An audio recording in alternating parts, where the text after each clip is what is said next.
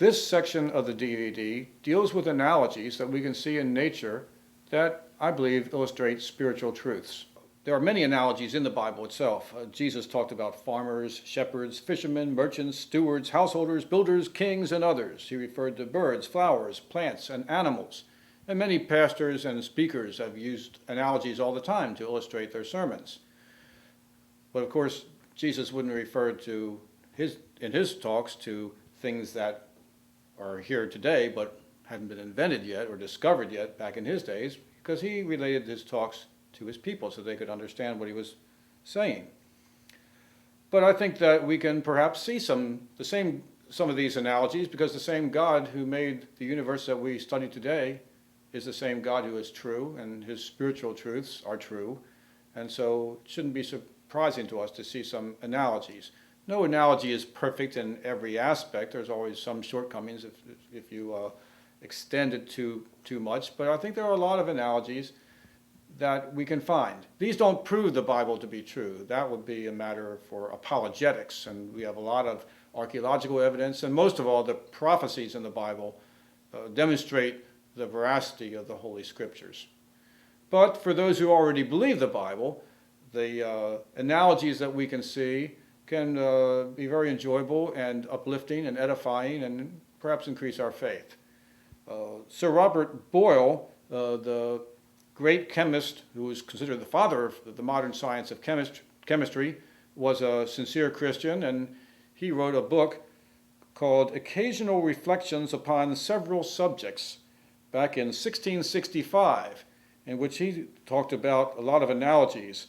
He talked about spiritual lessons that we can see illustrated in things like feeding a dog, a horse stumbling, paring an apple, making a fire, fly fishing, a kite flying, and even eating oysters.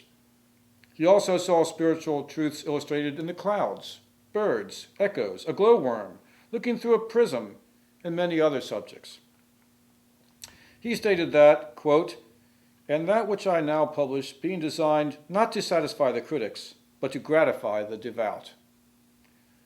So such parables are not properly within the realm of apologetics, as we just mentioned.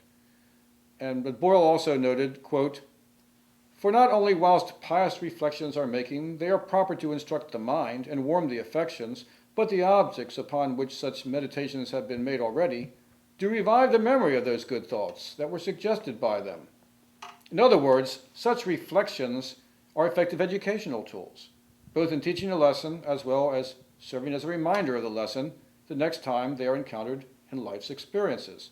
So anyone who studies about the metamorphosis of a butterfly, when the next time they see a butterfly, they can share with someone else that is there about how God changed the butterfly from a caterpillar that just dissolves into practically just juice and then forms a whole new animal, the butterfly, from the caterpillar. In the same way, though our bodies will disintegrate into dust, God will raise us up with a glorious body. So all kinds of things can remind us of spiritual truths. And so when we're learning spiritual truths, the physical reflections can help us to learn the spiritual truths.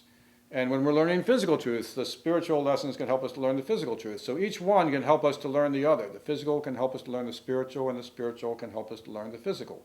So I hope you enjoy these reflections of the Creator in His creation as we go to the overhead projector and go through some of these analogies point by point.